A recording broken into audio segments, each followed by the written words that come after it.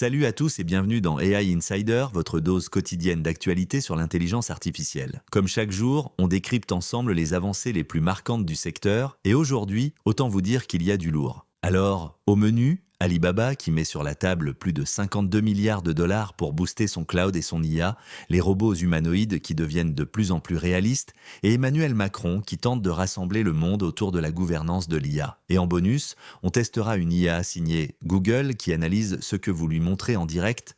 Un peu flippant ou totalement révolutionnaire, vous allez voir, c'est fascinant. Accrochez-vous, c'est parti. Alors, première grosse annonce du jour, Alibaba va investir plus de 52 milliards de dollars dans le cloud computing et l'intelligence artificielle sur les 3 prochaines années. Oui, vous avez bien entendu, 52 milliards. C'est un chiffre astronomique et ça en dit long sur les ambitions du géant chinois. Pour remettre un peu de contexte, Alibaba, c'est l'équivalent d'Amazon en Chine. Et comme Amazon avec AWS, son activité cloud est un pilier stratégique. Le cloud, c'est ce qui alimente aujourd'hui les grandes plateformes d'IA en fournissant la puissance de calcul nécessaire aux modèles toujours plus gourmands. Et là, Alibaba annonce clairement qu'il veut jouer dans la cour des très grands aux côtés de Microsoft, Google et Amazon. Pourquoi cet investissement massif?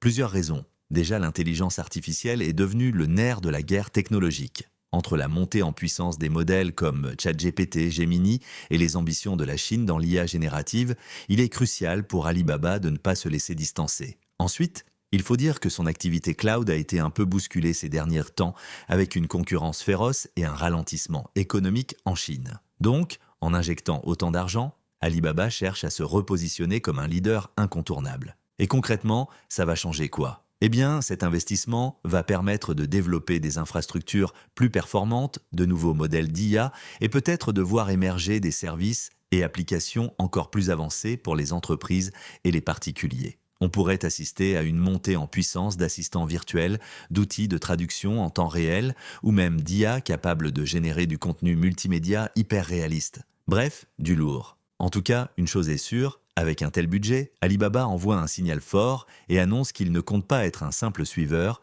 mais bien un moteur de l'innovation IA mondiale. Alors là, accrochez-vous, parce qu'on entre dans une dimension qui frôle la science-fiction.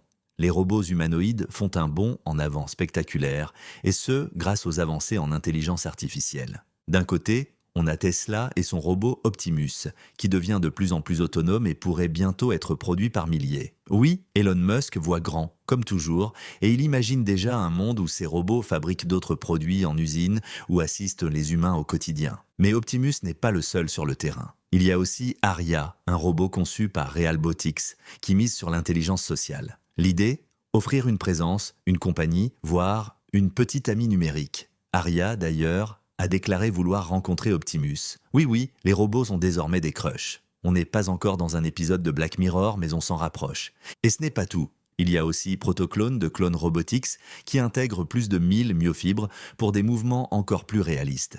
Et enfin Neo Gamma de un X Robotics qui commence déjà à aider dans les tâches ménagères. Imaginez un robot qui range votre salon pendant que vous êtes au boulot. Plutôt tentant, non? Ce qui est au fascinant ici, c'est qu'on n'est plus dans les robots rigides et maladroits des années 2010. Aujourd'hui, ils marchent, interagissent et effectuent des gestes complexes de plus en plus fluides. Certains experts parlent même d'une seconde renaissance, une révolution industrielle où ces robots pourraient soulager les humains des tâches pénibles et créer une toute nouvelle dynamique dans le monde du travail.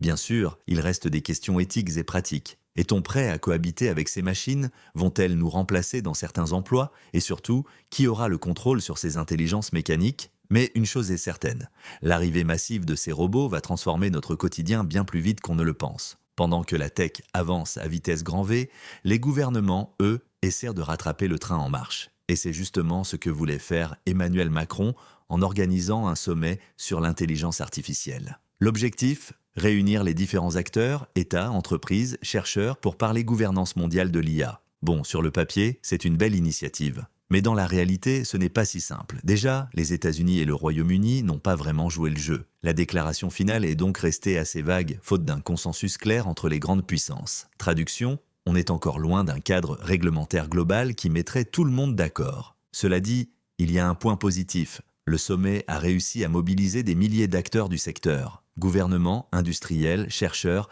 tous étaient là, ce qui montre bien que le sujet devient incontournable. Ce genre d'événement permet au moins de poser des bases pour des collaborations internationales et de discuter des grands enjeux, sécurité, biais algorithmiques, risques liés à l'IA générative, etc. Pourquoi c'est important? Parce qu'aujourd'hui, l'intelligence artificielle se développe plus vite que la régulation. On l'a vu avec ChatGPT, Midjourney ou encore Gemini de Google, ces outils arrivent sur le marché avant même qu'on ait eu le temps de réfléchir aux règles qui les encadrent. Et ça peut poser problème, surtout si des États ou des entreprises commencent à les utiliser sans garde-fou. Alors, ce sommet était-il un succès? Difficile à dire. C'était un bon début, mais pour l'instant, les décisions concrètes se font attendre. Ce qui est sûr, c'est que la bataille pour un cadre réglementaire international sur l'IA ne fait que commencer. Allez, on termine avec Google AI Studio, et là on touche à un truc franchement fascinant, ou flippant, selon votre point de vue.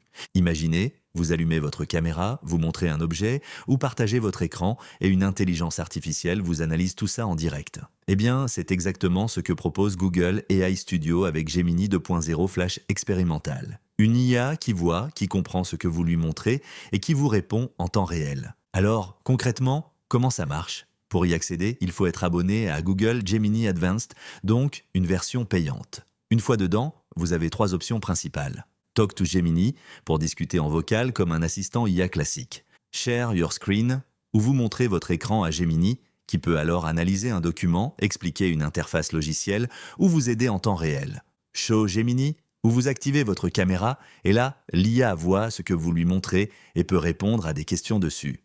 Une IA qui voit, qui comprend, qui réagit en temps réel. C'est fascinant mais aussi un peu flippant, non? Parce que, bien sûr, une IA qui observe en permanence, ça pose des questions de confidentialité. Où vont les données? Qui peut y accéder? Google assure que tout est sécurisé, mais la méfiance reste de mise. Quoi qu'il en soit, cette technologie ouvre des perspectives énormes. Entre l'assistance en temps réel, l'apprentissage augmenté et les nouvelles interactions homme-machine, on entre dans une nouvelle ère. Reste à savoir si on est prêt à faire confiance à une IA qui nous regarde. Voilà pour les actus du jour. On a parlé de milliards investis dans l'IA, de robots toujours plus réalistes, de la gouvernance mondiale de l'IA qui cherche encore sa voie, et de cette IA qui voit ce que vous lui montrez en temps réel. Qu'est-ce que vous en pensez? Est-ce que vous utiliseriez une intelligence artificielle qui observe votre écran ou votre caméra pour vous aider au quotidien? Venez en discuter en commentaire. Si le podcast vous plaît, pensez à vous abonner, à laisser un avis et à le partager autour de vous. Merci de nous avoir écoutés et à demain pour une nouvelle dose d'IA.